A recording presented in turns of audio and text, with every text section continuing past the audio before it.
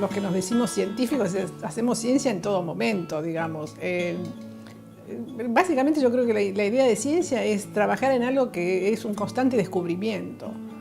Creo que si la ciencia no tiene descubrimiento no es ciencia, sea lo que sea, desde encontrar un manuscrito del Mar Rojo hasta el átomo más pequeño, es el intento de descubrir y entender en qué mundo o en qué universo nos movemos.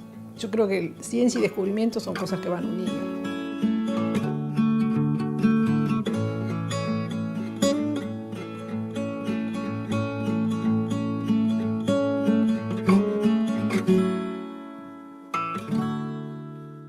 Mi padre era necochense y se conoció con mi mamá en Necochea porque mi mamá veraneaba en Necochea. Mis abuelos tenían una casa en Necochea de manera que de veraneo. Entonces mi madre nos agarraba a mis hermanos y a mí, nos pasábamos todo el verano en Necochea y con mis primos íbamos a caminar por la playa, encontrábamos huesos, encontrábamos caracoles y siempre la idea era, bueno, ¿qué íbamos a encontrar? Después de una tormenta era toda una alegría poder ir a la playa a encontrar cosas, digamos.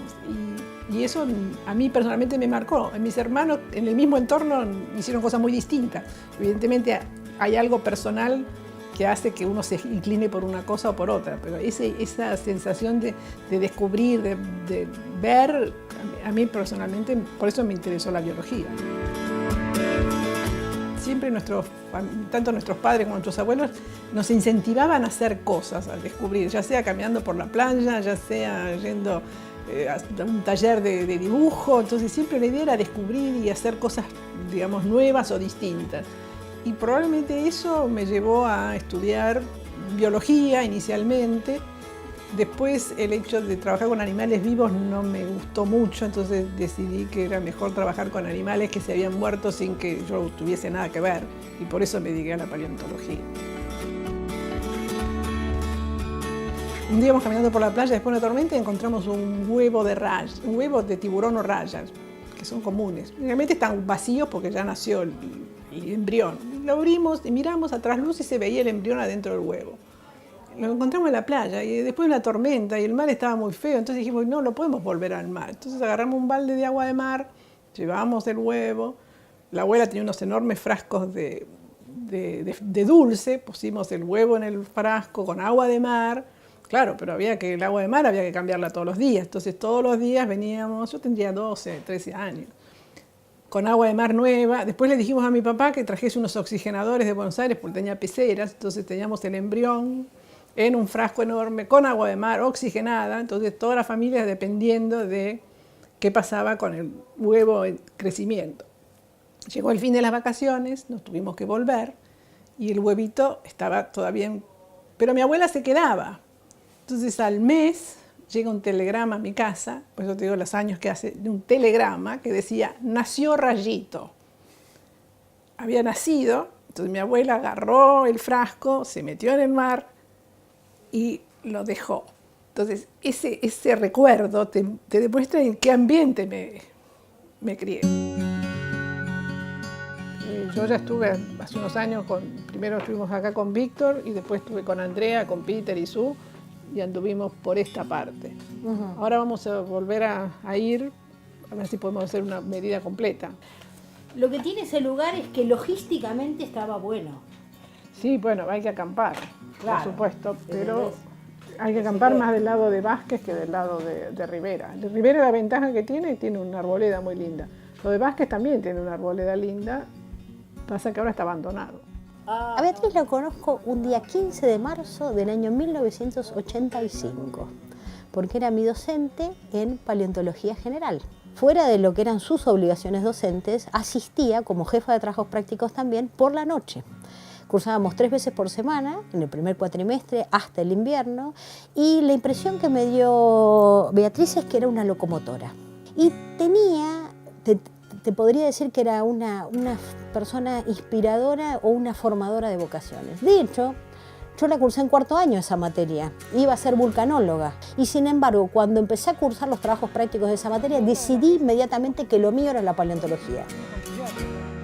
Ella fue una de las mentoras de la creación de la carrera de paleontología en la UBA, con lo cual cada camada nueva que se va recibiendo es como digamos, un recordatorio del momento en que se creó la carrera y de cuántas camadas ya pasaron y cuántas más van a pasar. Cuando yo estoy hablando de paleontología, estoy hablando del año 1975, pre-Jurassic Park. Jurassic Park no existía, sí, obviamente en Argentina había dinosaurios, pero no era la fascinación posterior, gracias en gran parte a una película como Jurassic Park. No, yo empecé sin tener demasiado claro en qué grupo trabajar, pero tenía una JTP, una jefa de trabajos prácticos, que a ella le encantaban los moluscos y ella me incitó, digamos, o me llevó a trabajar en moluscos, básicamente. Los moluscos más conocidos para la gente son los caracoles y las almejas, los bivalvos, que son formas vivientes. Yo trabajo en un grupo que está extinguido, que son los amonites. Son unos moluscos que tienen una caparazón también, pero los parientes modernos más cercanos son los pulpos y los calamares.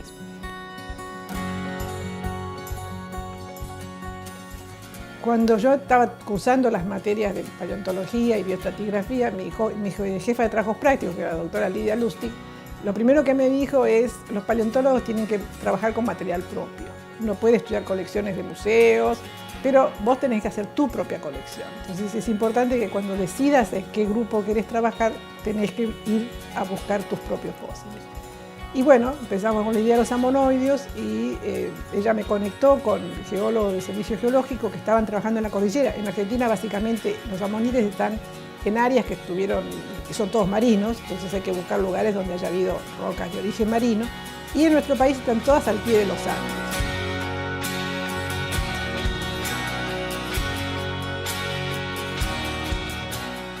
Me acuerdo de mi primer viaje de campaña. Me río porque fue un desastre. Primero porque yo era la más chica de mi casa. Nadie en mi casa había hecho ese tipo de cosas. Mi padre era médico, por lo cual el botiquín que me dio era más grande que toda la mochila. O sea que ya la primera experiencia, la nena se iba a la cordillera. Y después, el profesor, yo fui como ayudante de 2 estudiantes de geología que estaban haciendo su trabajo final de licenciatura, y el profesor, cuando nos dejó en el lago San Martín, se fue y se llevó la comida. Entonces nos quedamos en el medio de la nada sin comida. Entonces tuvimos que ir a pedir una estancia que nos diesen comida y alojamiento, ya que estábamos en alojamiento, hasta que el profesor volvió a los 15 días y nos trajo la comida. Pero bueno, esa fue mi primera campaña y ahí uno aprende, digamos, a arreglárselas como puede. Mi primera campaña propia para juntar mis fósiles fue el año siguiente y sí, fue muy exitosa y bueno, algunos de los fósiles que podemos ver acá son de esa primera campaña. Cuando uno está de campaña se trabaja de sol a sol, o sea, no es trabajo 8 horas y me voy. No, se trabaja desde que hay luz hasta que la luz se va. O sea, se aprovecha todo el día.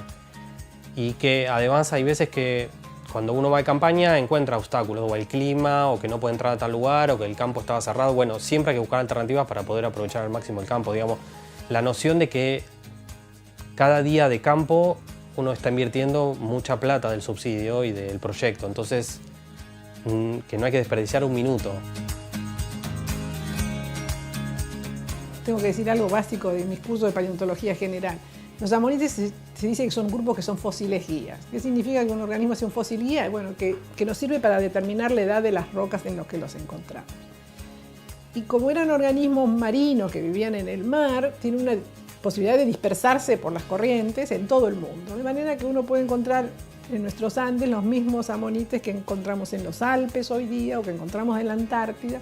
Entonces, eso nos sirve para poner una edad a las rocas que las encuentran. Y eso tiene importancia desde el punto de vista científico básico o también aplicado, digamos. Uno puede correlacionar o saber las rocas de determinada edad en qué otros lugares del mundo se encuentran.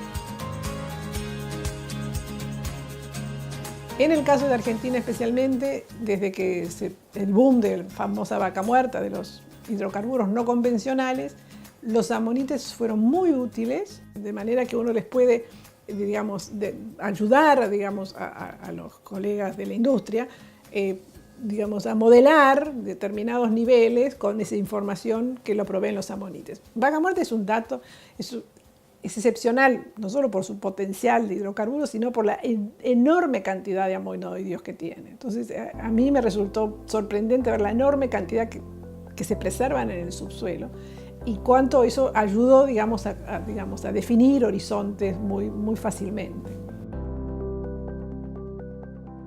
Es absolutamente profesional. Cuando se habla de trabajo, se habla de trabajo y no se mezcla con ninguna otra cosa. Entonces eso también está bueno porque, digamos, es una persona con la que se puede trabajar. Y además a mí me ha abierto el juego muchas oportunidades, digamos. Me ha abierto puertas, me ha abierto temas de laburo. En Colipili había que cruzar el río, ¿no? Claro. Bueno, ahí nos quedamos con Beatrice y nos Hay un pusimos, puente. claro, hacía tanto calor que nos tiramos abajo del puente, ¿te acordás? Sí. Cuando estaba la única sombra que había era abajo del puente. No vamos a morir, no, tenemos Beatrice para mí me conecta, a mí me interesa mucho la historia y me conecta con el Dante. O sea, el personaje ideal de Dante Alighieri es Beatrice, que no es necesariamente su amada, sino que representa el ideal de una mujer que tiene grandes sueños. Entonces yo desde ese día le dije Beatrice. Y todos los demás le dicen Beatriz, doctora, profesora. Cuando nos enojamos le digo Beatriz y ella me dice Andrea. Y cuando no nos enojamos, porque la doctora tiene su carácter y yo tengo el mío, yo le digo Beatrice y ella me dice Andreina. Así es nuestro trato. Bueno, primero fue una sorpresa porque me llama el señor Born por teléfono. Yo no sabía nada y bueno, por supuesto, yo estaba trabajando con un colega, estábamos todos juntos, vieron que yo agarraba el teléfono, me alejaba, como buena mujer que soy me puse a llorar y mis colegas pensaban que había pasado algo. Bueno, una persona que agarra el teléfono y se pone a llorar, algo pasó. Bueno, la emoción. Pero básicamente es el hecho de sentirse reconocido por 40 años de trabajo, donde uno hizo docencia, uno hizo investigación, uno hizo gestión, uno básicamente se dedicó a generar trabajo, generar grupos de trabajo. Yo siempre digo, no es un premio individual, o sea, me lo dieron a mí, por supuesto, pero yo sola no podría haber hecho lo que hice si no hubiese tenido un montón de colegas o alumnos que ahora son colegas. Yo digo, tuve hijos, tuve nietos, tuve bisnietos. O sea, mis primeros alumnos ya tienen sus becarios y esos becarios tienen becarios. Y es una pirámide que hace que uno, digamos, también trabajó a hombros de gigantes. Yo tuve maestros también que si no hubiese sido por mis maestros yo no sería quien soy. O sea, uno es un eslabón en una cadena de circunstancias que, bueno, yo tuve la suerte de que a mí me premiaron, pero es el premio a los que me predecieron y a los que me suceden.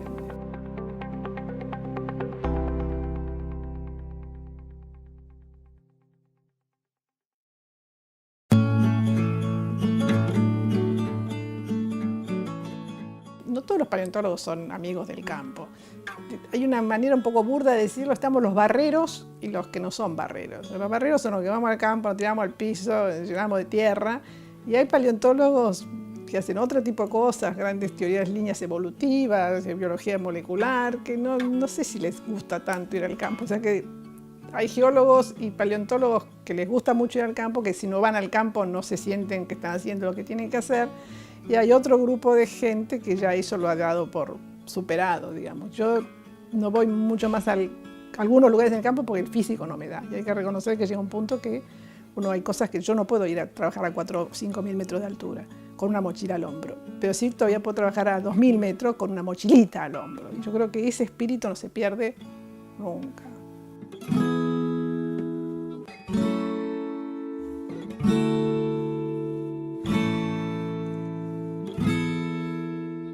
En la secundaria, nosotros, tanto mis hermanos como yo, fuimos peritos mercantiles, porque mis padres tenían la teoría que si a ellos les pasaba algo y uno era perito mercantil iba a poder trabajar.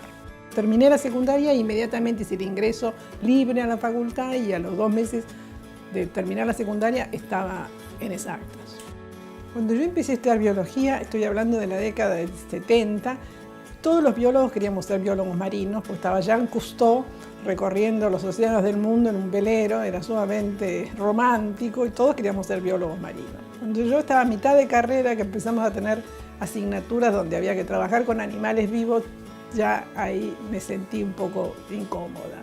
Trabajar con ratas, conejos, ya no me gustó tanto. Entonces ahí volví a mis viejos gustos de los fósiles y por eso me decidí a hacer paleontología. A Beatriz la conocí en el año 96, 97, cursando Introducción a la Paleontología como profesora, y nuevamente nos volvimos a cruzar cuando concursé el cargo de encargada en la colección, y a partir de ese momento, del año 2007-2008 hasta la fecha, trabajamos en conjunto. Ella es la curadora de la colección y yo soy la encargada.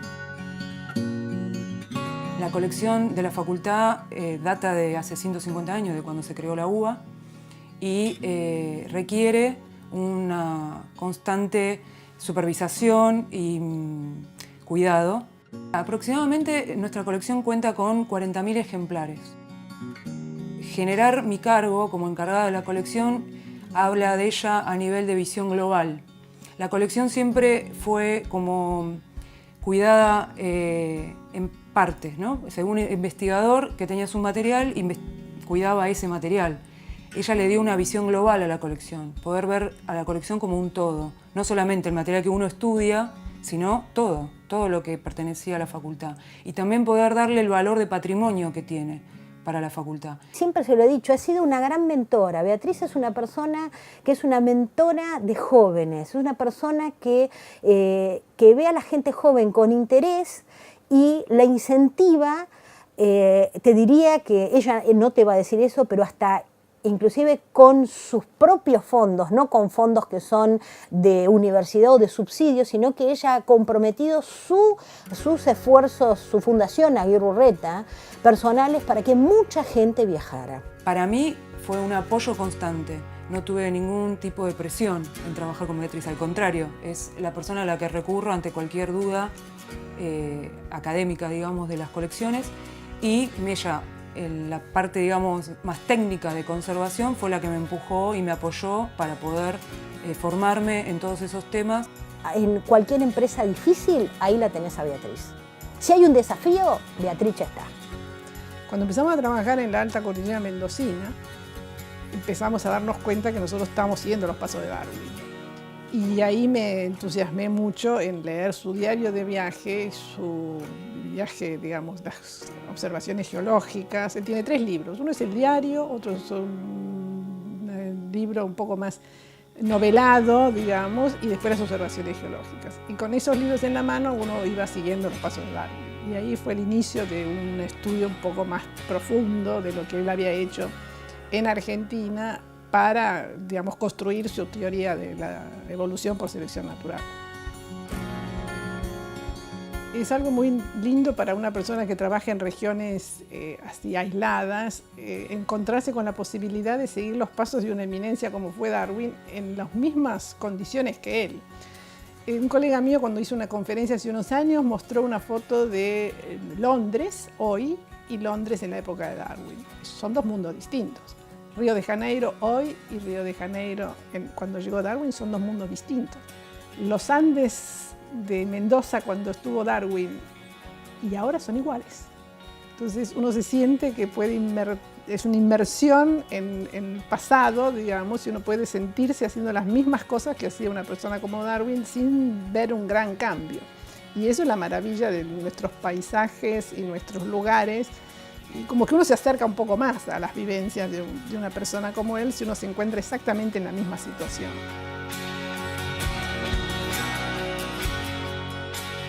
Hace 40 años que doy clase.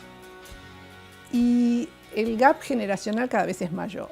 Yo cada vez soy más vieja, entonces los chicos no son cada vez más jóvenes, pero yo cada vez soy más vieja. Entonces, a pesar de que uno le sigue poniendo la misma gana, la misma pila, se nota la diferencia. Y a su vez hay un montón de gente más joven, gente de la generación de Darío, de Marian, que ya o un poquito más jóvenes, que perfectamente tienen que cumplir los roles que tiene uno. Entonces uno tiene que dar un paso al costado. Si no damos un paso al costado nosotros, toda la pirámide se plancha. Entonces hay que dar lugar a otras generaciones que tienen más ganas, que tienen menor gap generacional, pero a mí irme a mi casa no me cierra. Entonces Yo quiero seguir investigando mis amonites y escribiendo sobre la historia de la paleontología. Tengo montones de cosas para hacer. Así a mí jubilarme, preferiría no poner la palabra jubilación en mi vida. No me siento que algún día lo voy a tener que hacer formalmente. Voy a ser parte del PAMI, pero no porque deje de hacer cosas. Es una persona incansable, infatigable. Tiene un carácter muy fuerte, o sea, es una persona de una personalidad muy fuerte, pero tiene la ventaja de ir de frente, entonces te dice las cosas y no se guarda nada. Entonces eso está bueno porque las reglas del juego son claras, entonces en ese sentido es muy transparente Beatriz. Porque uno cuando trabaja tiene que hacer un balance de actividades. Hay gente que le encanta hacer docencia, hay gente que le encanta hacer investigación y hay gente que le encanta hacer gestión. Yo creo que para ser un buen profesional uno tiene que hacer un poco de todo. Entonces traté de hacer lo mejor que pude de docencia, lo mejor que pude de investigación. No sé si lo mejor que pude de gestión, la gestión me abruma. Pero bueno, soy consejera de profesores en la facultad, soy consejera del claustro de profesores del departamento, estoy en la subcomisión de doctorado, soy directora de un instituto. Bueno, eso lleva tiempo. Ese tiempo que uno hace gestión no hace tanta investigación y no hace tanta docencia, pero si uno balancea, yo creo que uno a esta altura de la carrera tiene que hacer un poco de todo. Tuve la situación personal de no tener familia directa, entonces también eso hace diferencia, digamos, el sistema no es tan sencillo si vos tenés una familia. Yo reconozco que eso es un bonus track que tengo, entonces uno es un punto en una red trófica, si querés llamarla, donde bueno, a algunos le va mejor que a otros, pero no es solo uno, sino todo el entorno que tiene. Tiene mucha carga, muchas horas de trabajo puesta en la gestión, y yo creo que eso habla bien de ella en el sentido en que no está encerrada produciendo papers nada más, sino que además piensa en la comunidad en la que está y trata de que la comunidad crezca. Ella es absolutamente profesional, también publica en primer nivel mundial y además se ocupa de la gestión, o sea, tiene un montón de características muy positivas.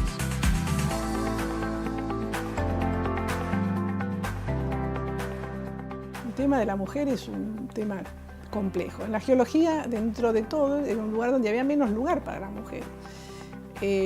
Yo tengo una formación biológica.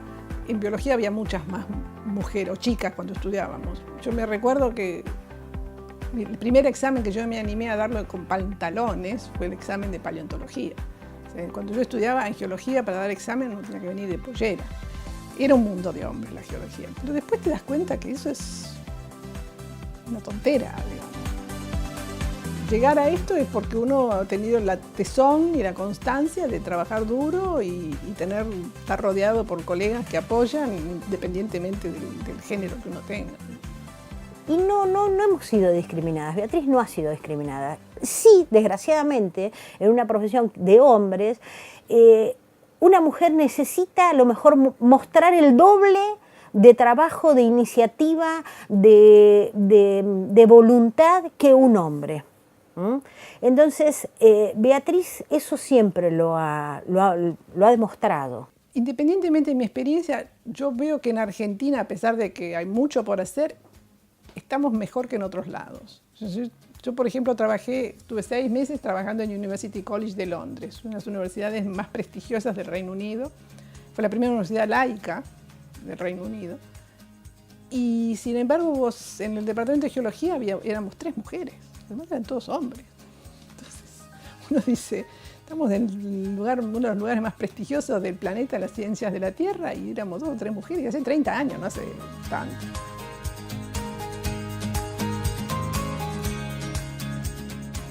Los fósiles son irreproducibles. Un fósil que se pierde es un fósil, no podemos clonarlos, no podemos criarlos, son elementos únicos y yo quiero dedicarle los últimos años de mi vida a que esa colección esté lo mejor posible. O sea, mi legado va a ser, el día que Aigurreta no esté más, porque esté abajo de la tierra, esa colección tiene que seguir funcionando y tiene que seguir estando por años de años. Entonces, uno de mis mayores legados, espero, sea dejar unas colecciones bien preservadas. La obsesión de Beatriz es que eso nos sobrepase, tanto a ella como a mí, y que siga vigente y y en buenas condiciones para que futuras generaciones puedan estudiar con ese material. Cuando yo te contaba la historia de la facultad, de la colección y el origen, ese material extranjero, porque recién se formaba, porque vinieron los profesores de afuera y entonces necesitaban material, eso se propagó a lo largo del tiempo y muchos de esos materiales hasta hace pocos años estaban en clase.